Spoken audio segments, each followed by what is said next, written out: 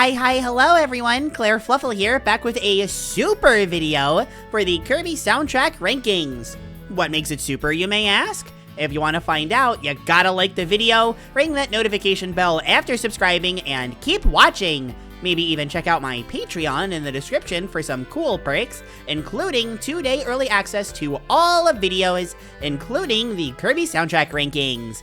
Super shoutouts to my head-patting Fluffle fan Puptrins, Biohazard, Furiol, Tyke, and remember, Miss K says the Galacterian night is coming. Everyone run! I love you guys! Oh, the reason this video is super is, it's because we're talking about Super Kirby Clash.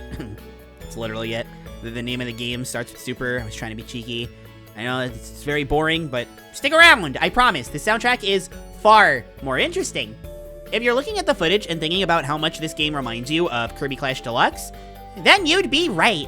The two are very similar in virtually every way, except the soundtrack. Between this and Fighters 2, not to mention Dream Buffet, which we haven't gotten to yet, the Switch Kirby spin-offs really went all out with the soundtracks, and I love that. You don't need a big major release to have great music, and given how low I ranked Star Allies, these are even better in some cases. But with the high praise that I gave to Fighters 2 yesterday, what is there to be said about Super Kirby Clash that makes it even better?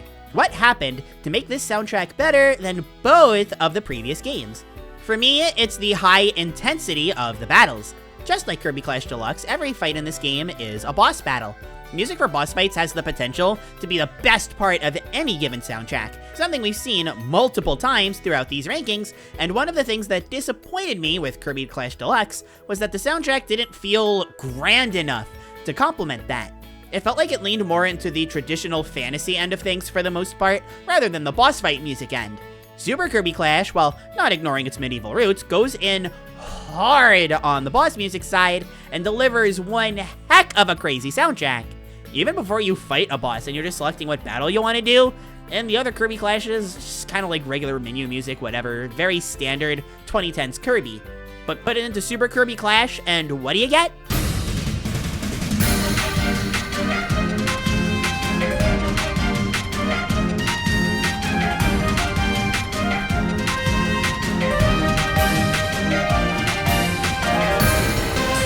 Then you get started with the actual boss battles, and these tracks, they're an absolute delight. The soundtrack has a reputation for being very remix heavy, and it is, but to ignore the original tracks is doing the game a disservice.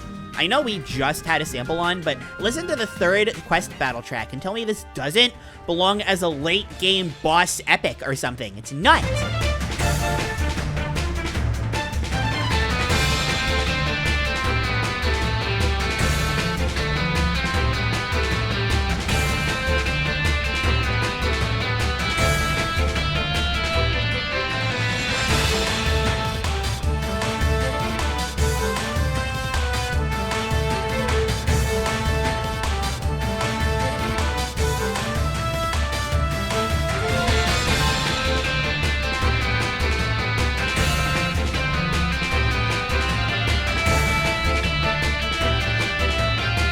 The game fully embraces the fact that it's mostly boss battles, and I can't love it enough for doing so. I can't even say there's less variety here than in Fighters 2. That game wins in terms of excitement levels, but the fact that this is a medieval game that has techno instruments in some of its tracks because, man, these tracks are super exciting, says enough. Parallel Nightmare was pushed pretty heavily in the advertising, and that track's a pretty good example of what I'm talking about here.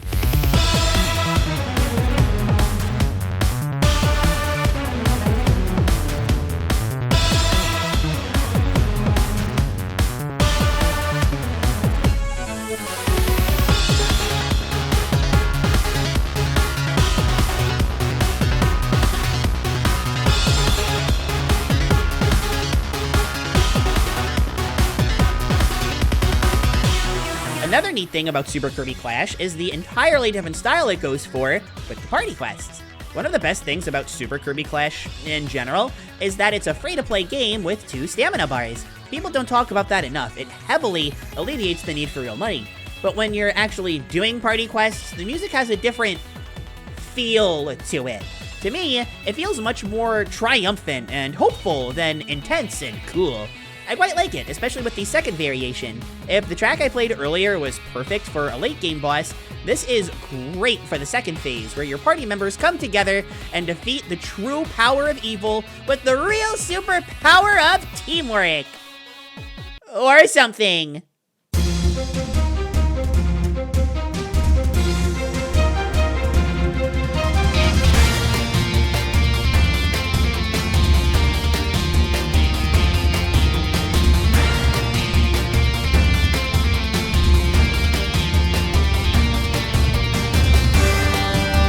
But, fine, you got me. I wanted to give the original tracks as much praise as I could, even though I let a remix slide in there.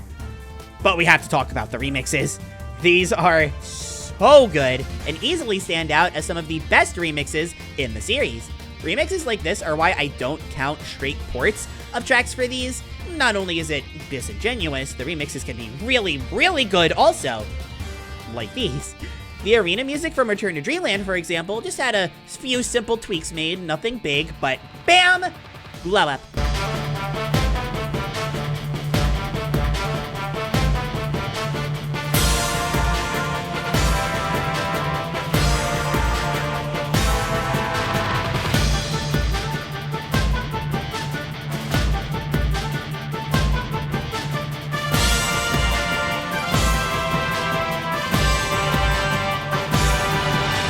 The Sphere Doomer music, which was already fast and exciting, remix it to sound more mysterious, add some spice to keep things exciting.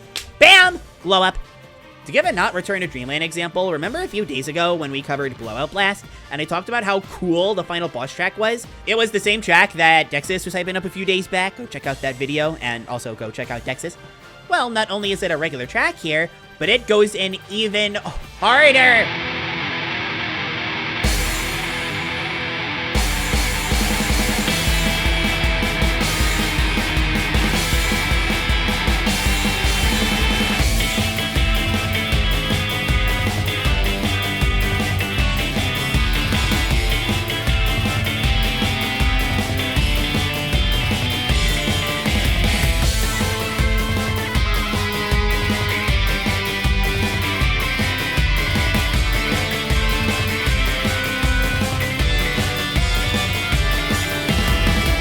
All right, that was a couple of samples, enough samples in a short time. We gotta calm down.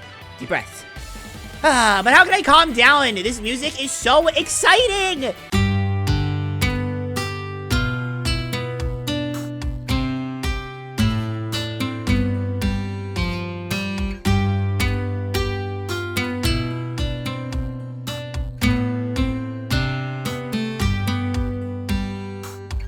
There we go.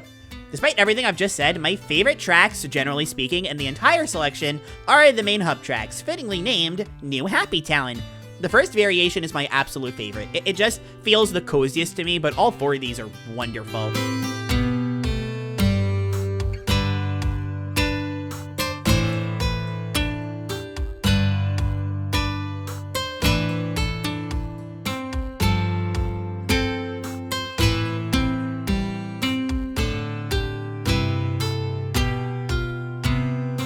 I've used the term therapeutic a couple of times in the soundtrack series already, and while I don't know if this one fits, it's very therapeutic for me, at least the first one. It's definitely helped calm me down during some panic and anxiety attacks in the past.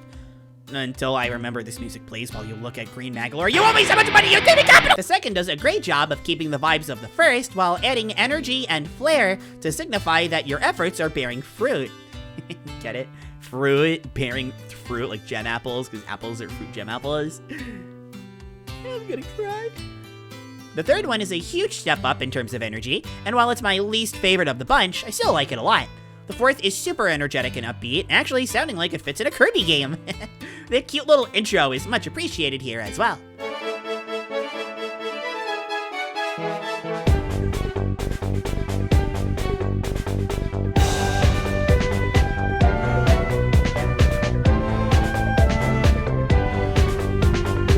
If I had to pick a favorite boss track, that would pretty easily go to the remix of the regular boss fight music from Return to Dreamland, which is already one of, if not my absolute, favorite boss fight tracks in the series. The only super notable changes from the original are a much higher buildup at the beginning, which is so good, oh my god, and a bit of an echo added throughout with a new bit added at the end for good flair. I love it, and it comes so close to being my favorite track in the game. A little goes a long way, especially with a track I love this much. It's the only regular boss track in the whole series that's legit tense, while of course, still an energetic bop. I feel like if that changed, I would like it a lot less, but the composers managed to keep that energy while making it more energetic. I love it.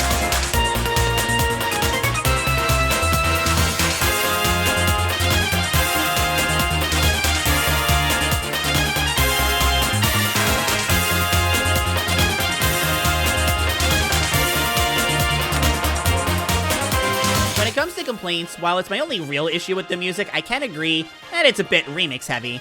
Most of the tracks are remixes, and even though there's a healthy amount of originals, a lot of the ones you're likely to remember are gonna be the remixes. They're simply used more and come off as more memorable due to association with previous games. The new stuff just isn't featured prominently enough to make an impact, aside from that hub music which you hear every time you boot the game up.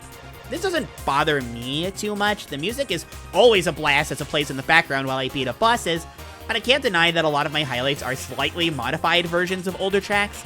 Way back when I did my game rankings, I was praising the music very heavily, saying it was anything but lazy, and I got a comment saying, technically, as good as it is kinda lazy.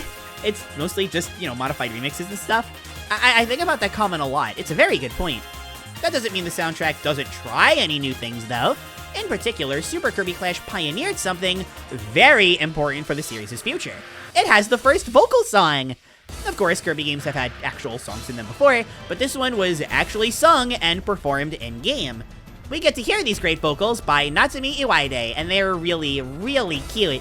I'd rather not play too much of it to avoid being copyright struck, but if there's one word that I would use to describe it, it's adorable. Especially because they wrote an English version, and instead of hiring another performer, they had this poor woman singing in English. It's not good English, but she's so genuine and trying her best. That's what comes across, and it's all that matters. If anything, kind of makes it more charming to me because you can tell she's trying so hard. Let's talk about all our precious memories, and in how we remember all the special days we had. Sorry, I know that was like nothing for a sample. I just don't want to get copyright struck, okay? With all of that, I think we can finally wrap up this video on Super Kirby Clash. I'm glad that composers put their all into soundtracks, even silly little spin-offs like this one. It shows a genuine passion for the art, something sorely missing from most larger IPs in gaming these days. This also marks the halfway point for the soundtracks. Not quite for us, we still have a few days left before we hit August's halfway point, but the actual soundtracks themselves, so far we've had plenty of variety with these. With most of them being super good, I hope you understand how difficult of a time I've had ranking these. And yes, don't you worry, things are only gonna get more difficult from here. Wish me luck as I torture myself over the fact that I have to rank a soundtrack I thought was a lock for top 5 at 19th. And that doesn't narrow down your options at all, because all of these I've thought at some point were potential locks for top 5. Anyway, I've been Klaire, thank you all so much for watching, and I'll see you around. Bye!